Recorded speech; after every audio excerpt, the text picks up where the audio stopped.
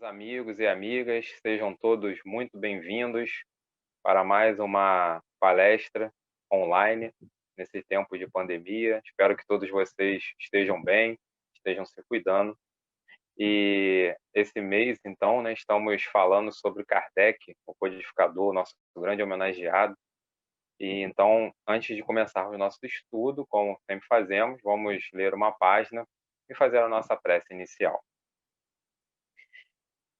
Hoje a página do livro Que a Vida lhe Traga Flores, de Lúcia Cominato, pelo Espírito Irmã Maria do Rosário. E escolhemos, inclusive, essa mensagem, até para homenagear o codificador, sobre a fé, né? A fé viva. Mas eu rogarei por ti, para que a tua fé não desfaleça. Está em Lucas, capítulo 22, versículo 32. Não permitas que a fé esmoreça em tua alma. Há momentos em que tu a sentes fenecer, tais as contrariedades que assolam teu íntimo. Só mantendo a fé viva na mente e no coração, tu conseguirás forças para superar todas as dificuldades que surjam e ter a lucidez necessária para a solução dos problemas de maior gravidade. A fé viva te dará forças para tudo suportar, sem desespero ou revolta. Sabemos, porém, que tal atitude não é fácil. Nesses momentos, com uma prece sincera, revestida de humildade perante aquele que nos criou, obterás os meios para não sucumbir ante as adversidades da vida. Todos nós atravessamos momentos difíceis, e embora nem sempre consigamos entender de pronto, esses momentos se fazem necessários para que possamos alcançar algum grau de evolução espiritual. Portanto, quando passares por situações difíceis, necessário se faz que saibas aceitar, humildemente, tudo o que tiveres de passar, e até agradecendo a Deus pela oportunidade de redimir-te dos erros e outras imperfeições das quais ainda não lograste superar. Fé viva, contudo, não significa fanatismo. Este leva muitos incautos a acreditar em tudo o que ouvem, sem discernimento. Tornam-se cegos, incapazes de distinguir o que é real do que é fantasia. O fanático não sabe distinguir a verdade. Entretanto, tantas falsidades que se espalham, até mesmo no seio de algumas religiões, em grande parte movidas por interesses escusos. Para não errar, é preciso que não te deixes ludibriar por falsos profetas, encarnados ou desencarnados, que irrefletidamente e em prejuízo de si mesmos enxameiam por toda parte. Usa de lucidez, procurando, com a fé raciocinada, compreender o porquê da vida e das coisas que te acontecem. Bom, vamos então, nesse momento, elevar os nossos pensamentos a Deus, a Jesus, aos amigos espirituais, ao codificador, que nesta palestra estamos homenageando, e agradecer, Senhor. Agradecer por mais um dia, agradecer pelas oportunidades que nos são concedidas e, principalmente, pedir, Senhor, que nos inspire, que nos ilumine, que nos oriente nas nossas ações diárias, a fim de que possamos não sucumbir, não colocar tudo a perder, que possamos nos esforçar, Senhor, por cumprir aquilo que o Senhor nos ensinaste. Ama a Deus sobre todas as coisas e ao próximo como a si mesmo. Que o Senhor possa nos revestir da paciência, da fé, essa fé com a razão, a fé raciocinada, para que possamos tomar sempre as melhores decisões, aquelas que vão fazer bem para nós e para aqueles que estão à nossa volta. Muito obrigado, Senhor. Abençoe essa nossa reunião e fique conosco, hoje, agora e sempre. Que assim seja, graças a Deus. Bom, meus amigos, como falamos, estamos aí num mês especial para nós, né, que somos espíritas, onde a gente sabe que no espiritismo a gente não cultua imagens, enfim, não faz referências, né, não tem sacerdotes, nada nesse sentido, mas nós gostamos de homenagear aquele que fez um trabalho brilhante, que é o nosso codificador, né, Allan Kardec. Ele que fez o trabalho de codificar a doutrina espírita. Então, nessa palestra de hoje, nós vamos falar sobre Kardec e a ciência.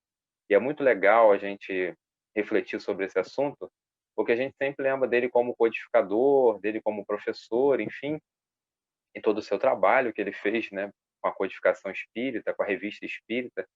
Mas Kardec era, sobretudo, um homem de ciência, né? Então, para a gente entender um pouquinho esse nosso bate-papo aqui, eu vou voltar um pouco no tempo, né? Lembrando sempre que Kardec nasceu a 3 de outubro de 1804, em Lyon, na França, né? E Kardec era professor, né? Lecionava num colégio católico, e ele exatamente... E aí a gente já começa a perceber o seu grande vínculo, como ele era esse homem de ciência, porque quando começaram a parar as aulas dele para que tivesse a catequese, ele fica muito chateado e, inclusive, ele bate de frente com relação a isso e pede a sua aposentadoria na época, porque ele disse que não concordaria que as crianças, enfim, fossem forçadas a ter uma religião específica.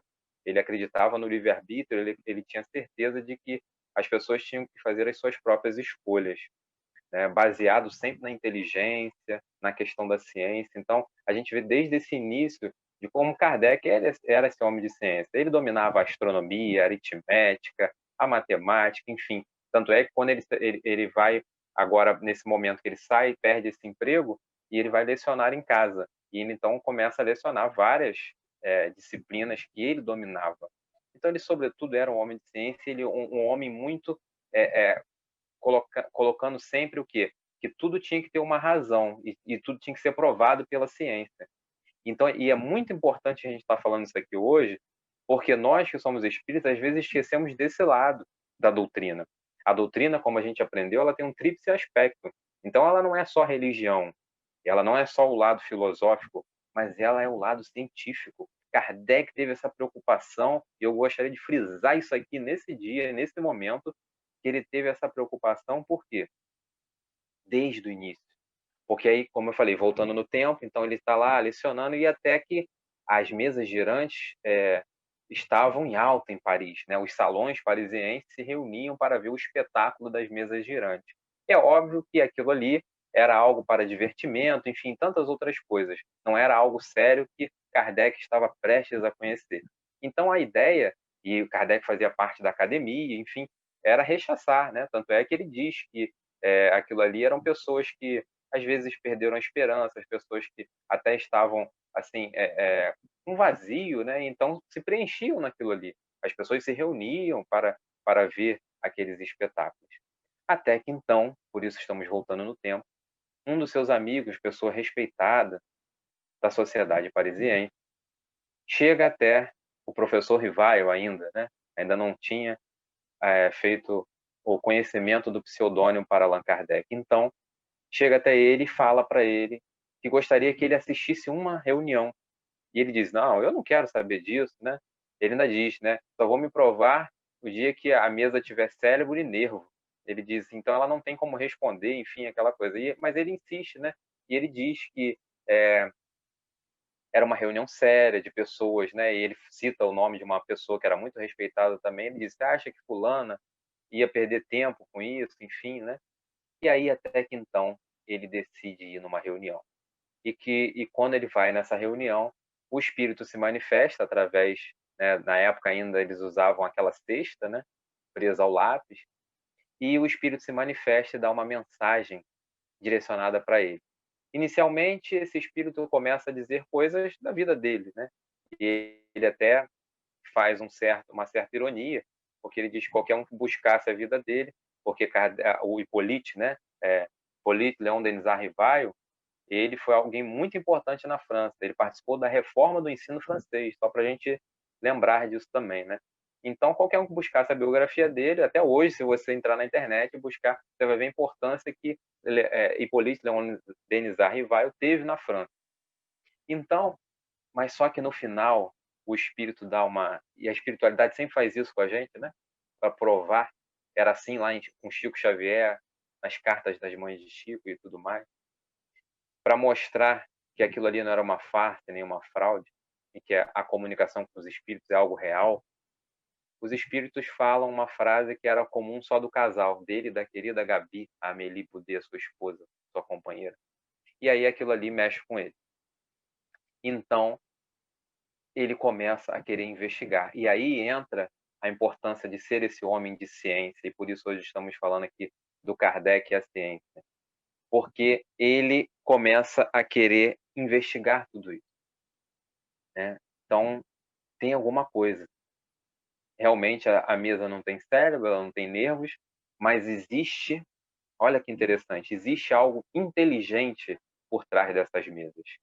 Então, Kardec, como esse homem de ciência, vai buscar isso. E aí, é o que mais nos interessa nesse estudo aqui hoje, ele vai buscar o método. Qual o método que Kardec usou? Bom, primeiro ele usou de critérios, né? Critérios que são científicos e racionais. Isso é muito importante colocar. Então, ele não simplesmente viu e acreditou ou simplesmente rechaçou. Lógico, no primeiro momento teve aquela dúvida, mas quando ele percebeu, ele observou isso. E mais, além do espírito ter falado para ele uma coisa que era específica do casal, ele também disse sobre uma situação que aconteceu na casa dele. Na noite anterior, a mesa tinha acontecido um problema com a mesa, um barulho, e eles acharam que era até o gato que tinha a casa, mas aí o espírito vai falar disso. E ninguém sabia daquela história, só os dois, né? Então, era algo que provava para ele que tinha uma inteligência por trás daquilo ali e que era uma inteligência oculta. Então, era necessário que ele pudesse investigar.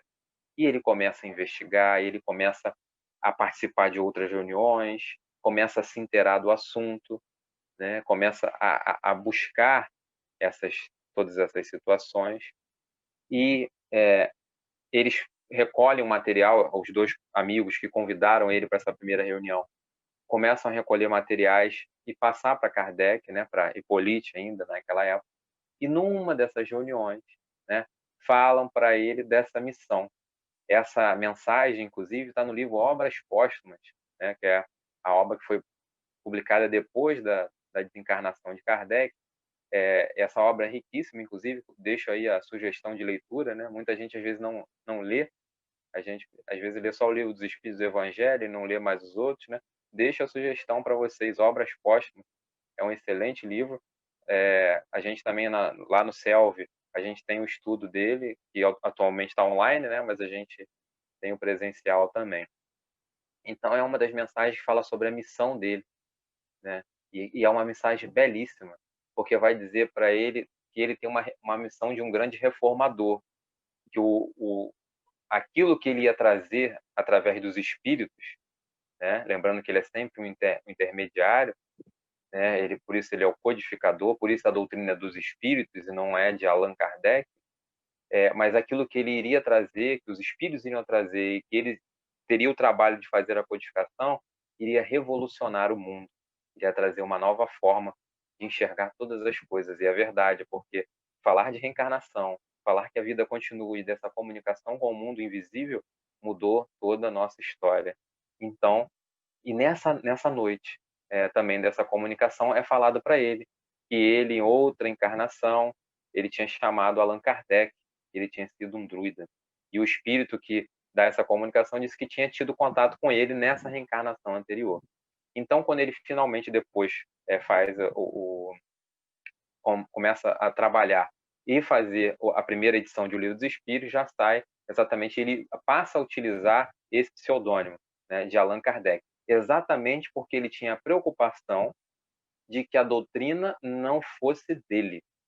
Porque, como eu disse a vocês, Kardec era alguém muito respeitado perdão, né? A gente sempre vai falar Kardec porque é o hábito já. Mas Hippolyte Léon Denis Rivaio, o senhor Rivaio, ele era muito, como era conhecido, ele era muito respeitado por todo o trabalho que ele tinha desenvolvido na França e por toda a sua inteligência, por todo o seu conhecimento. Então ele não queria que ficasse atrelado a ele, porque ele tinha certeza, e isso é muito bonito, ele deixa isso claro em vários momentos dos seus textos, e de que a doutrina é dos espíritos, não é dele. O trabalho é apenas um trabalho que ele está desenvolvendo, o trabalho da codificação. Mas então ele passa a assinar esse nome nas obras, né? Allan Kardec, e ele tem essa consciência dessa missão. Essa mensagem é muito bonita e assim, a gente vê que Kardec tinha pulso e tinha firmeza, porque no início os espíritos começam a dizer, ó, a situação não vai ser fácil, aqueles que você ama vão te trair, vão virar as costas, você será perseguido, você vai sacrificar a tua saúde e até a tua vida, realmente foi, né? Ele acaba desencarnando por excesso do trabalho no final. Aí, mas os espíritos dizem assim, e aí fica uma lição para nós aqui. Mas nós estaremos sempre com você. Você não estará sozinho, não estará desamparado. Então, ao mesmo tempo que não vai ser fácil, vai ser árdua a tarefa, mas você não estará só.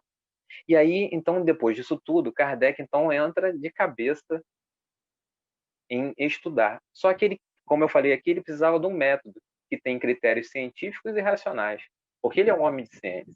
Ele não é um homem de fé somente. Ele aliou a fé com a ciência, a fé, a religião, a ciência, o lado filosófico, o questionamento.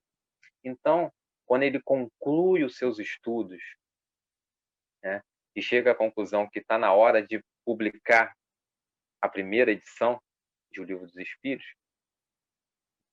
o que ele fez? Olha como Kardec foi extremamente inteligente. Qual foi o método utilizado pelo codificador? Ele começou a fazer a mesma pergunta para médiuns diferentes, em lugares diferentes, com idades diferentes, em situações diferentes. E a resposta, você já sabe, foi a mesma. Então ele pergunta, é a primeira questão do Livro dos Espíritos, né, que a gente nunca esquece. Que é Deus? E essa pergunta já foi de extrema inteligência, porque Kardec já coloca não como uma pessoa, porque ele poderia perguntar quem, mas ele pergunta que é Deus. E as jovens, aquelas que, quando ele tem o primeiro contato, né, aquelas médias bem novinhas, elas respondem causa primária, né, inteligência suprema, causa primária de todas as coisas. A outra médium a mesma coisa, a outra médium a mesma coisa. Então, em vários lugares diferentes, em várias situações diferentes, a pergunta foi a mesma e a resposta também foi a mesma. Da onde ele concluiu que a fonte era a mesma, era a fonte do invisível, daquilo dos espíritos. E ele poderia estar ali diante de um, como ele mesmo diz, né, de um conhecimento que seria o quê? Universal, porque traz a mesma resposta em situações diferentes. E foi exatamente o que aconteceu. E aí ele começou a receber cartas de lugares, de mais lugares, de pessoas com dúvidas e questionando, e esse fenômeno mediúnico, que a gente sabe que não é o fenômeno, não é do espiritismo, o fenômeno mediúnico já existe desde que o mundo é mundo, desde a época lá da antiguidade já existe a mediunidade, mas esse fenômeno começou a eclodir por toda a Europa. E as pessoas queriam saber dele o que fazer, como, né, como agir, enfim.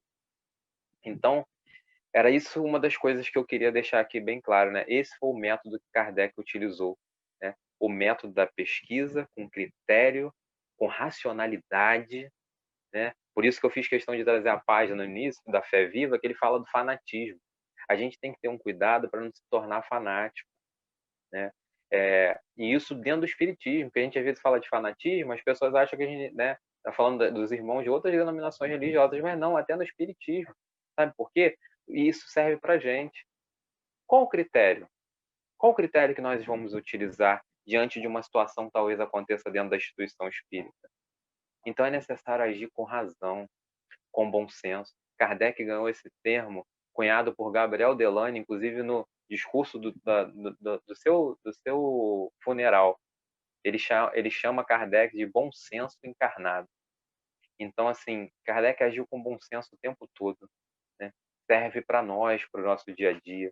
Ou seja, vamos agir com bom senso, vamos ter calma, vamos ter cautela diante das situações da vida.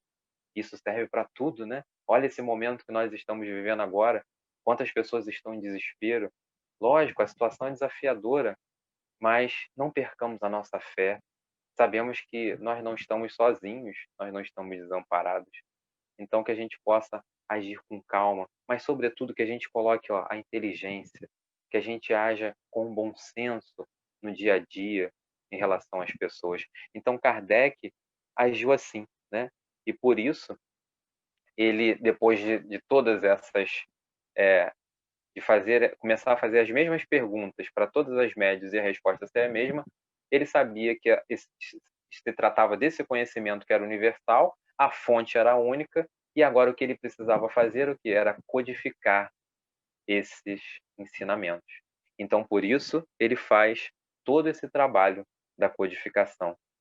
E a 18 de abril de 1857 vem a publicação de O Livro dos Espíritos, inicialmente com 501 perguntas, né, a primeira edição, e só depois, já um pouco mais à frente, aí sim a edição completa, como a gente tem hoje, com eu sempre esqueço, tá? Mas isso aí não é importante, 1019, 1017 perguntas, alguma coisa assim, que nós temos na edição atual, né? Às vezes as pessoas se preocupam muito com essas numerações, mas isso não é importante. O que importa é o conteúdo, né? O que importa é o conhecimento.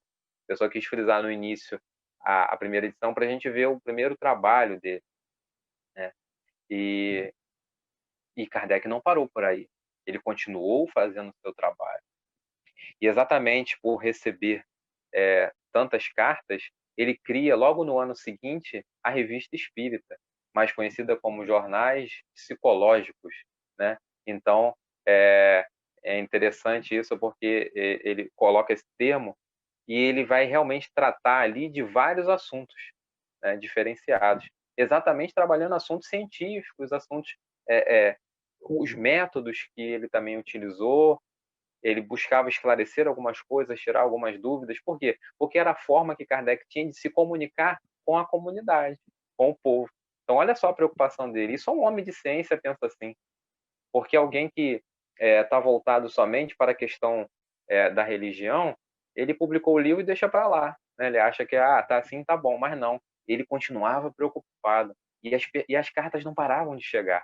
E ele precisava dar uma resposta. É óbvio que ele precisava fazer uma seleção daquilo tudo. E aí eu quero render aqui uma homenagem também à querida Gabi, a Amélie Boudet, que ajudou muito Kardec. Gabi foi companheira fiel dele, ajudou ele em todos os momentos, né? Foi alguém que esteve do lado dele e até responder carta ela ajudava a responder carta também. Então, assim, sempre que a gente fala de Kardec, eu, particularmente Alain, sempre gosto de lembrar da figura de Amélie Boudet, né? E a importância da mulher na nossa vida como um todo, né? Então, vamos também deixar essa homenagem à Gabi, que foi aquela companheira que podia ficar reclamando, podia falar, né? Cara, você não está me dando atenção, não está me levando para jantar, isso, aquilo. Ele perdia a noite, ele já não saía mais, ele viveu para codificar a doutrina. Por isso é que a gente hoje está homenageando ele, porque o trabalho dele foi intenso. É óbvio que os ensinos vêm dos espíritos, mas o trabalho desse ser abnegado, desse espírito que reencarnou com essa missão, foi sublime. E por isso nós rendemos essa homenagem a ele e estendemos nesse instante aqui falando, também lembrando da querida Gabi, como ele chamava. Então, ele precisava se comunicar e ele tinha essa preocupação. Então, ele usa a Revista Espírita, que foram muitos anos de publicação, né, para exatamente tirar essas dúvidas e mostrar cada vez mais qual foi o método que ele utilizou, que era um método científico, que ele percebia as situações acontecendo e ele estudava aquilo ali, que não era simplesmente uma coisa que alguém falou que é assim, pronto, e acabou. Não. O homem de ciência não aceita isso, ele vai confrontar, foi o que ele fez, para perceber essas situações. E mais ainda, quando você lança um livro, o livro está lá. É óbvio que depois ele complementou, mas quando chegou a edição final, ele não tinha mais como mexer naquele livro. Então a revista era algo mensal, onde ele podia estar sempre colocando novas situações. Fica também uma outra sugestão de leitura, a Revista Espírita. Na nossa casa também começamos já esse trabalho da Revista Espírita, e é muito rico. Você vai tratar de muitos assuntos ali. É muito interessante também estudar. E estudar em grupo é sempre mais prazeroso, né? Mas então, ele mantém esses estudos, né, através da Revista Espírita, com essa preocupação, né? Só que é óbvio que a notícia da imortalidade da alma, essa questão toda dos espíritos, algumas pessoas gostaram, mas muitas foram contra. A igreja bateu de frente o tempo todo em relação a isso, dizendo que isso era coisa do demônio, era pecado, enfim, né? As meninas, as médiuns que começaram a sofrer perseguições, né? Por serem chamadas de bruxas, inclusive dizendo, né, que o bruxo deveria ser queimado, era assim que se tinha o conceito da época. E aí acontece um fenômeno muito interessante, né, que o Livro dos Espíritos começou a vender muito, e eles recebem uma encomenda para Barcelona, né? E aí acontece o chamado Auto de Fé de Barcelona. Quando os livros chegam a Barcelona, alguns naquela época já tinha acabado de sair o Livro dos Médios, o Guia Prático para o Médio. Então tinha nessa remessa tinha o livro dos Espíritos, essa primeira edição, e o Livro dos Médiuns. E, se eu não me falha a memória, também algumas edições da Revista Espírita, porque a Revista Espírita já em 1858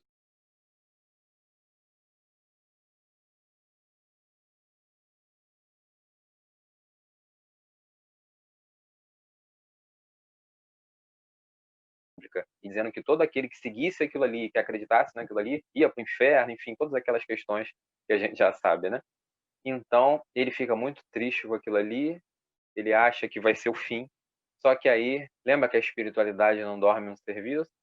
E que ela disse para ele que ele estaria sempre com ele, e ele recebe uma comunicação de uma das médios dizendo para ele que ele já estava querendo processar, ele vai até o imperador, né? Ele, enfim, porque ele também, Kardec, além de ciência, ele também foi um homem revolucionário. Então ele não aceitava simplesmente, não vai ser assim, pronto, acabou. Não, isso é um absurdo, né? Estão querendo nos censurar, e aí ele tenta, enfim, mas não consegue. E aí a espiritualidade diz para ele, ó, fica tranquilo, porque isso tudo que aconteceu vai ganhar uma proporção tão grande que você nem mesmo pode imaginar. E foi exatamente o que aconteceu. Porque a gente sabe que tudo aquilo que é proibido as pessoas gostam, né? Elas querem saber por quê, desperta curiosidade nas pessoas. Então, alguns, né, aqueles mais fanáticos, aí o fanatismo, realmente compraram a ideia, enfim, da igreja, que aquilo ali era uma heresia, enfim, tudo mais. Mas muita gente ficou curiosa para saber, afinal de contas, o que tem nesse livro aí de Allan Kardec, esse livro dos espíritos, que é tão grave assim que o bicho está mandando queimar em praça pública.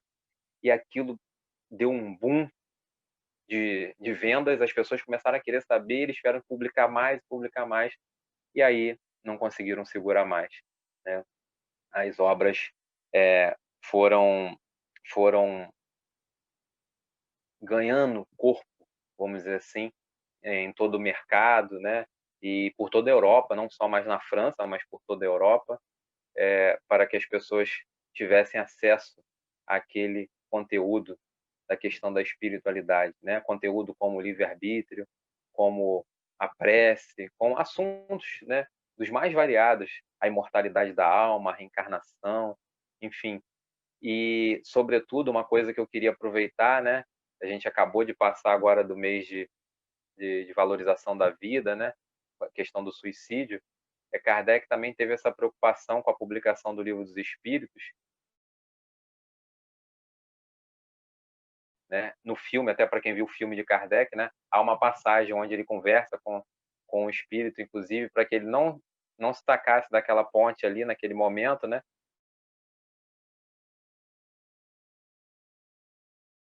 Falando, né? Agradecendo a Kardec por tudo, mas que naquele momento ele não conseguiu, ele acabou, vamos dizer assim, cometendo aquele ato. E diz que que ele insistisse naquilo para que outras pessoas pudessem não fazer o que ele fez. E no filme tem uma passagem muito bonita, inclusive, que Kardec, quando passa, ele deixa um livro exatamente naquela ponte, no lugar aonde ele se tacou. E aí, mais à frente no filme, mostra uma pessoa em desespero que para ali e que acaba não cometendo suicídio porque vê aquele livro e, enfim, e começa a ler.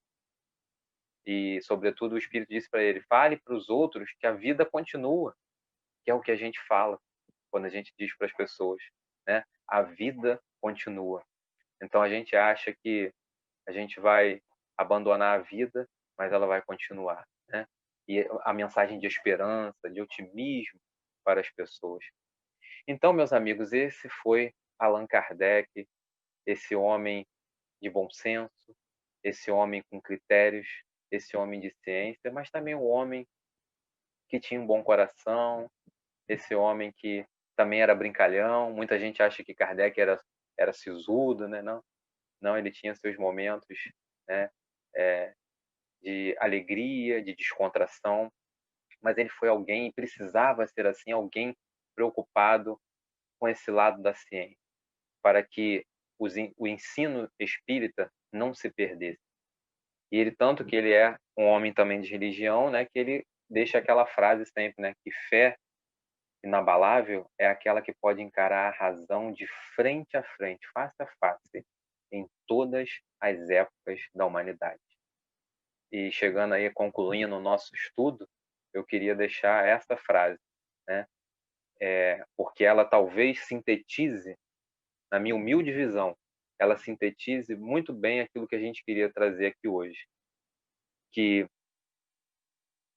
é importante o lado da religião, é importante o lado filosófico, do questionamento, mas é muito importante o lado científico, a comprovação, porque os céticos, os opositores, como ele diz muito bem na introdução do Livro dos Espíritos, quando ele vai explicar tudo sobre aqueles que são os opositores, é somente através da ciência é que nós vamos provar, se é que a gente precisa provar, né? Mas provar que o ensino dos espíritos é um ensino verdadeiro, que é um ensino que nos garante, que nos traz a paz e a felicidade. É isso que nós temos para deixar aqui hoje, que a gente possa perceber isso, né? E por isso, essa fé, ela precisa ser raciocinada. Não acredite porque o dirigente falou, porque o presidente disse isso, porque aquilo outro. Sabe por quê?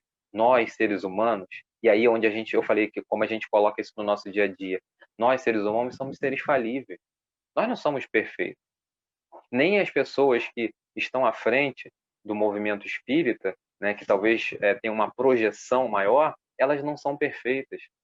Às vezes a gente vê declarações de alguns amigos aí, de alguns espíritas, né, espíritas que estão atuando, que são palestrantes, enfim, e as pessoas acabam criticando, mas ele é um ser humano igual você, ele é um ser falível. Então que a gente fique com o ensino dos espíritos. Não vamos ficar com o que o fulano disse, com o Beltrano disse, e vamos usar o método que Kardec usou, o método científico, como ele disse lá, com critérios científicos e racionais, porque a gente com certeza vai ter êxito. E aí a gente lembra também que Kardec, né, para encerrar aí, Kardec dizia o quê? Se um dia a ciência comprovar uma coisa diferente daquilo que eu deixei aqui através dos espíritos, fique com a ciência. Então ele sempre teve essa preocupação. E hoje a ciência está cada vez mais, fazendo isso aqui, dando as mãos com a religião.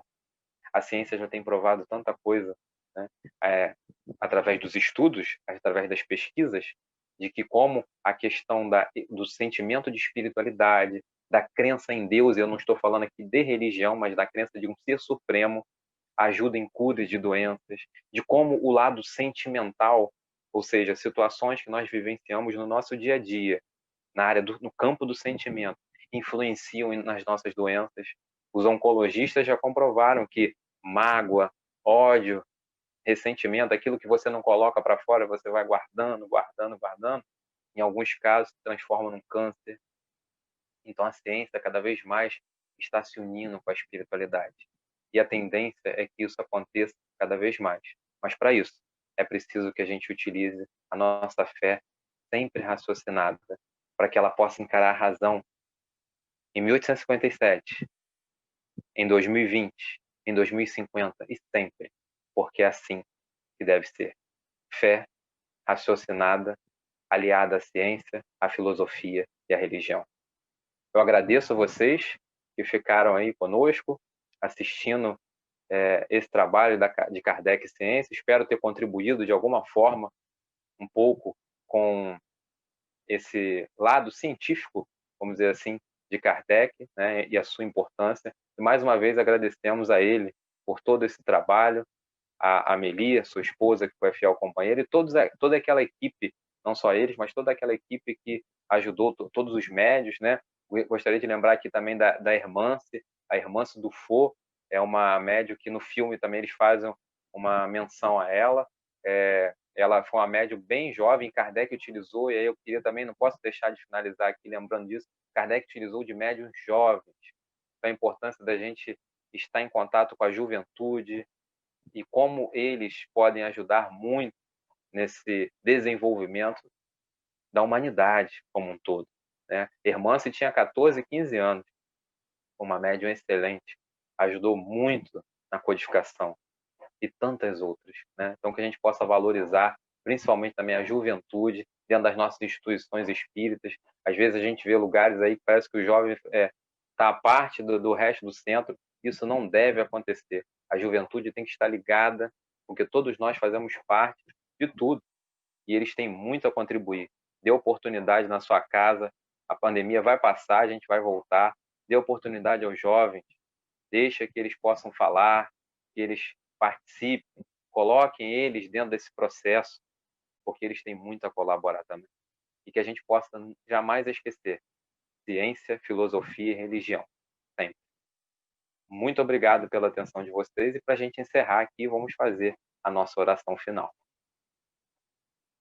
Querido Mestre Jesus, amigos espirituais, Deus nosso Pai, nesse instante, Senhor, te agradecemos mais uma vez pela oportunidade do estudo, pela oportunidade dessas reflexões que sempre nos calam fundo a alma, fazem perceber o quanto é importante a gente estudar com discernimento, com bom senso, usando a nossa razão, aliada com sentimento, sim, mas usando a nossa razão em todos os instantes da nossa vida, para que possamos fazer as escolhas mais acertadas, escolhas essas, com certeza, que nos conduzirão à felicidade. Nesse momento, Senhor, eu peço que abençoe a toda a humanidade, a todos aqueles que sofrem, choram, aqueles que estão pensando em tirar a sua própria vida, aqueles que perderam seus entes queridos através dessa pandemia, que estão tristes, que estão deprimidos. Que a tua mensagem, Senhor, que é de esperança, que é de renovação, que é de certeza de que dias melhores estarão por vir e, sobretudo, de que a verdadeira vida é a vida espiritual e que um dia nós nos reencontraremos, possa tocar a todos os corações, na certeza de que hoje o tempo pode estar nublado, cinzento, pode até estar caindo tempestade, mas tudo passa, tudo se renova na face da terra, e só o que vem dos céus permanecerá. O sol voltará a brilhar novamente. Nós possamos erguer os nossos braços rumo ao céu azul, na certeza de que amanhã será um novo dia. Muito obrigado por tudo, Senhor. Fica conosco, nos fortalecendo, hoje, agora e por todo sempre. Que assim seja, graças a Deus.